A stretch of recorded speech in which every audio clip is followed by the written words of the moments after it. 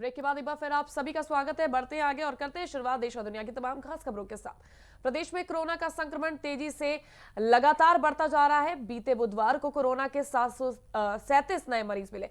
बता दें कि बीती जनवरी व फरवरी में प्रतिदिन मिल रहे रोगियों का जो ग्राफ तेजी से नीचे गिरा था, अब वो फिर से ऊपर की ओर बढ़ रहा है। 1 मार्च को सिर्फ 87 मरीज मिले थे, जबकि बुधवार को मिले मरीज इसकी तुलना में करीब 8 गुना अधिक है। 8 फरवरी के बाद मरीजों की सबसे बड़ी संख्या है। 1 मार्च को प्रदेश में 2078 एक्टिव केस थे, जो 24 दिनों में दोगुने से अधिक बढ़कर 4388 हो गए हैं।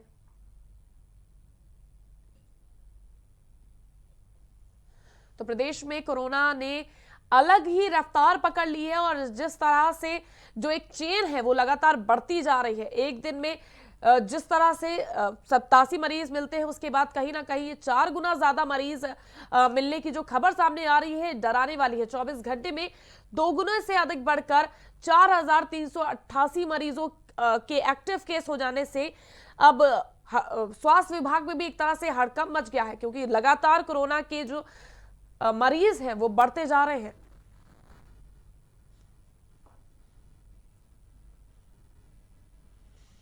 वाराणसी जिले में कोरोना प्रोटोकॉल का पालन कराने को लेकर जिला प्रशासन ने बड़ा फैसला लिया है। जहां दुकानों पर अगर सोशल डिस्टेंसिंग का पालन नहीं दिखाई दिया तो उन्हें 3 दिन के लिए बंद कराया जाएगा। वहीं बिना प्रशासन की अनुमति के होली का आयोजन भी नहीं कर सकेंगे। कोरोना के बढ़ते मामलों को देखते हुए कोविड प्रोटोकॉल का कड़ाई से पालन कराने का निर्णय लिया गया है। इसके तहत लोगों से सोशल डिस्टेंसिंग का पालन करने, मास्क लगातार लगाकर बाहर निकलने, सैनिटाइजर का प्रयोग करने की अपील भी की जा रही है। इन सब के बाद भी बाजार, दुकान आदि जगहों पर उल्लंघन दिख रहा है। इसको गंभीरता से लेते हुए अधिकारियों ने कार्रवाई की चेतावनी दी है।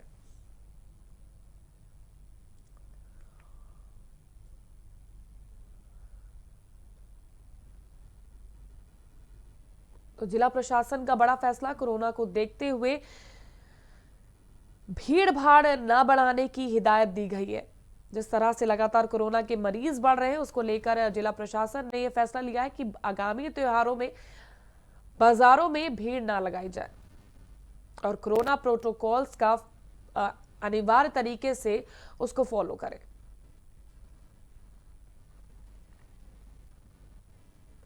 भारतीय संस्कृति, सनातन धर्म और योग से प्रभावित बेन बाबा 5 साल में करीब 6,500 किलोमीटर पैदल सफर कर हरिद्वार कुंभ स्नान करने पहुंचे हैं।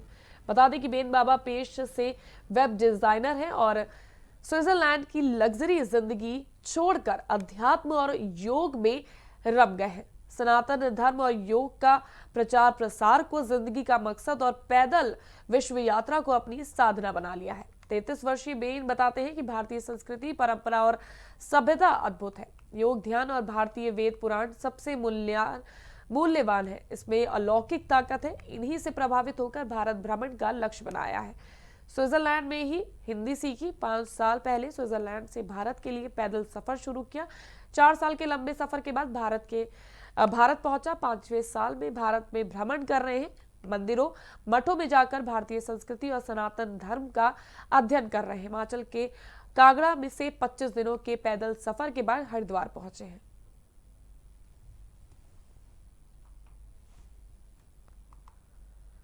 कानपुर और उन्नाव जिले के 32 गांव की जमीनों पर मॉडर्न सिटी आवासीय योजना विकसित की जा सकती है। बता दें कि नीदरलैंड की तर्ज पर इस योजना को विकसित करने के लिए केडीए बोर्ड की 26 मार्च को होने वाली बैठक में प्रस्ताव लाया जा रहा है।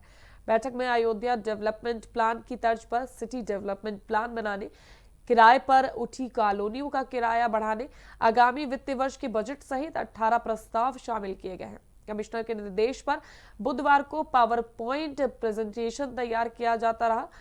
5 साल बाद फाइलों से निकली मॉडर्न सिटी योजना में नगर के 3 गांव और उन्नाव जिले के 29 गांव की जमीनें शामिल हैं।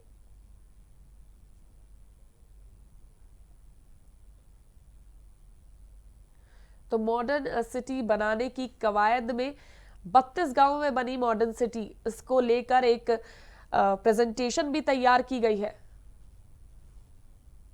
कानपुर उन्नाव में अब ये मॉडर्न सिटी बनेगी।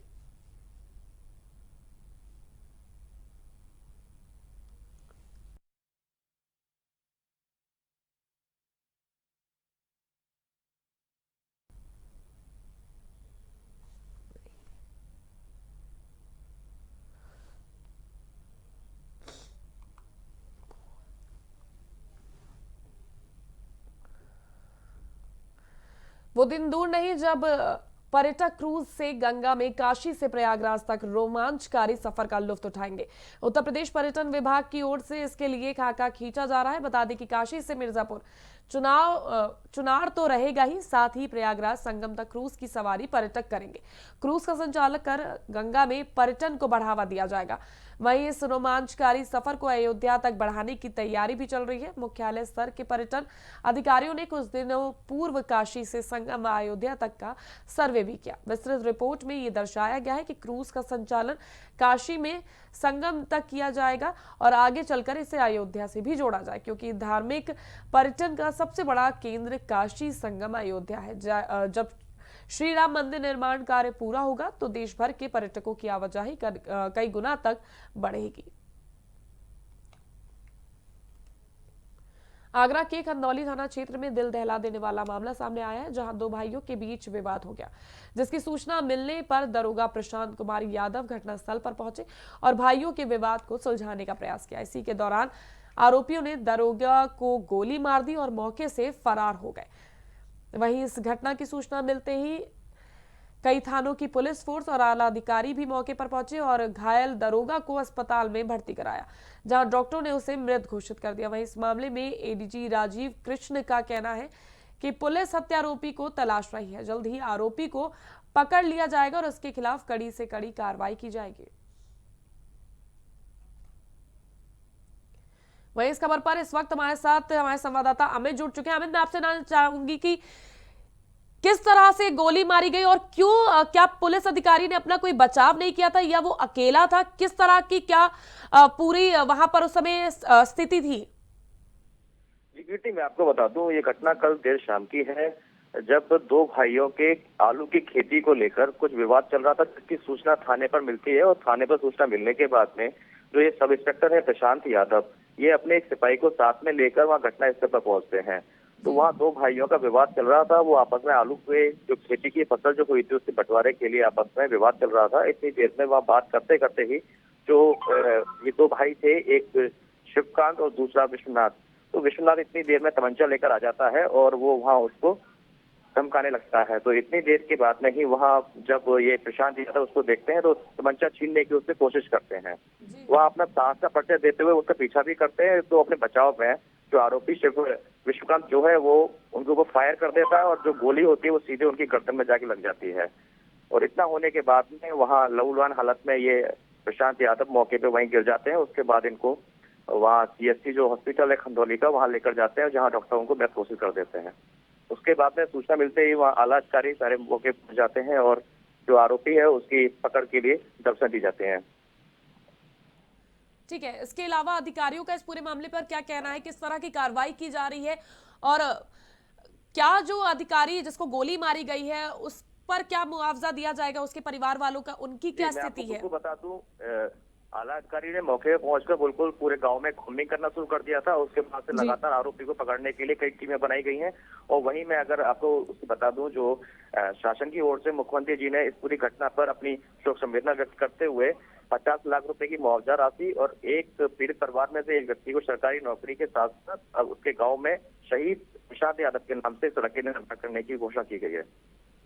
परिजनों की क्या मांग है, क्या उनकी क्या स्थिति है? परिजनों में जब इस सूचना को पता लगा, उनको तो शोक की लहर परिजनों के साथ साथ पूरे उनके जो गांव है, एक्चुअली ये रहने वाले हैं प्रशांत यादव जो है ये खुर्जा के बुलंदशहर के रहने वाले हैं। जैसे ही सूचना उनके गांव में पहुंचती है तो वहाँ पूरे गांव में कोहराम बच जाता है और मातम छा जाता है।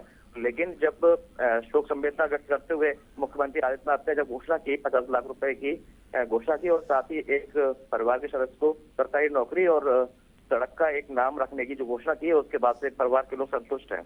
वहीं मैं आपको बता दूं, ये अपने परिवार का भरण करने वाले अकेले ही व्यक्ति थे। अपने माँ बाप के अकेले बेटे थे जो अपने पूरे परिवार को पाल रहे थे। जी जी बहुत बहुत शुक्रिया अमित जी हमारे साथ जुड़ने के लिए। ये गांव नहर्रा थाना खंदौली का एक गांव है। यहाँ पर ये दो भाई विश्वनाथ और शिवनाथ, इनका आपस का विवाद था इनका, जिसमें खेत से आलू निकालने का कोई विवाद था। शाम को इस बारे में थाने पर जो शिवनाथ था उसने सूचना दी कि विश्वनाथ उनके आदमियों को धमका रहे हैं और उनको आलू की हार्वेस्टिंग नहीं करने दे रहे हैं। इस सूचना पर तत्काल जो सब इंस्पेक्टर थे और श्री प्रशांत और कांस्टेबल चंद्रसेन ये तत्काल यहाँ पर गांव में आए। पुलिस को देख करके जो अपराधी है, अभियुक्त है इसमें विश्वनाथ, उसने भागना शुरू किया। सब इंस्पेक्टर और कांस्टेबल दोनों ने ही बहुत ही बहादुरी का परिचय देते हुए उसको चेस किया। जब वो पास पे पहुंचे तो उसके पास कोई एक इलीगल कंट्री मेड वेपन होगा, उससे उसने फायर एक राउंड किया जिससे कि उसके गले में गोली लगी और उसकी हमारे साथी जो थे। सोनभद्र के बीजपुर थाना क्षेत्र से एक हैरान कर देने वाली घटना सामने आई है, जहां एक युवक ने धारदार हथियार से अपना गला काट दिया। वहीं इस घटना से पूरे इलाके में हड़कंप मच गया। स्थानीय लोगों ने घायल युवक को इलाज के लिए अस्पताल में भर्ती कराया, जहां डॉक्टरों ने युवक की हालत गंभीर बताते हुए उसे जिला अस्पताल के लिए रेफर कर दिया है। वहीं इस पूरी घटना की जानकारी मिलते ही पुलिस मौके पर पहुंची और मामले की जांच शुरू कर दी है।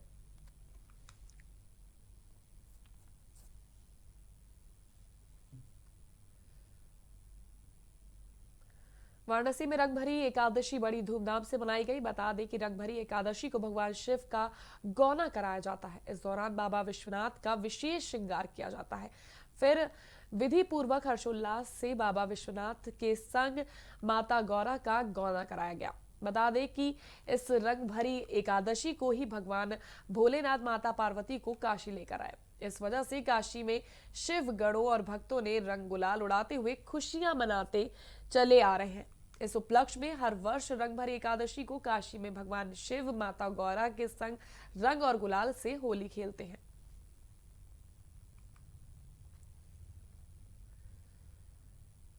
जालौन के नगर क्षेत्र में देर रात अज्ञात चोरों ने एक एटीएम को तोड़कर चोरी करने का प्रयास किया। हालांकि चोर अपने मकसद में कामयाब नहीं हो पाए। वहीं सुबह एटीएम को टूटा हुआ देखकर स्थानीय लोगों ने मामले की जानकारी पुलिस और बैंक प्रशासन के अधिकारियों को दी, जिसके बाद सूचना मिलने पर चौकी प्रभारी विकास सिंह मौके पर पहुंचे और मामले की जांच शुरू कर दी है।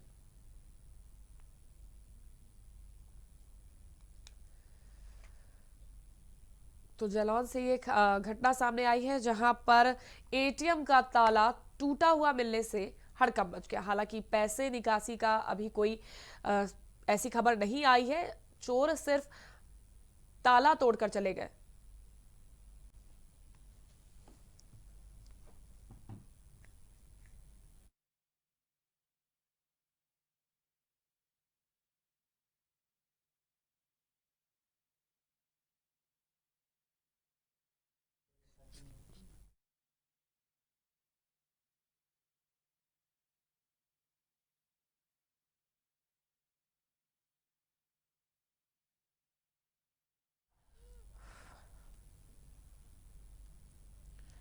चंदौली के धानापुर की पुलिस ने भारी मात्रा में मादक पदार्थ बरामद किया है, जिसमें 30 किलो अवैध गांजा के साथ एक अभियुक्त को भी गिरफ्तार किया है।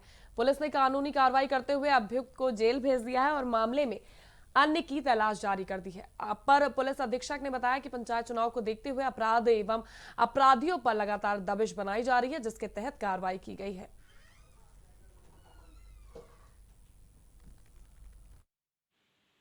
पुलिस अधीक्षक चंदौली महोदय द्वारा अवैध देसी शराब और मादक द्रव्यों के नियंत्रण हेतु चलाए जा रहे अभियान के अंतर्गत धानापुर पुलिस और क्राइम ब्रांच की पुलिस द्वारा संयुक्त रूप से गांजा की बरामदगी की गई है। यह गांजा निखिल सिंह निवासी उदरा के घर से बरामद किया गया है, जो लगभग 30 किलोग्राम के आसपास है। देश और दुनिया की तमाम खास खबरों में फिलहाल के लिए बस इतना ही। आप कहीं मत जाइएगा, स्वस्थ रहिए, सतर्क रहिए और देखते रहिए प्राइम टीवी।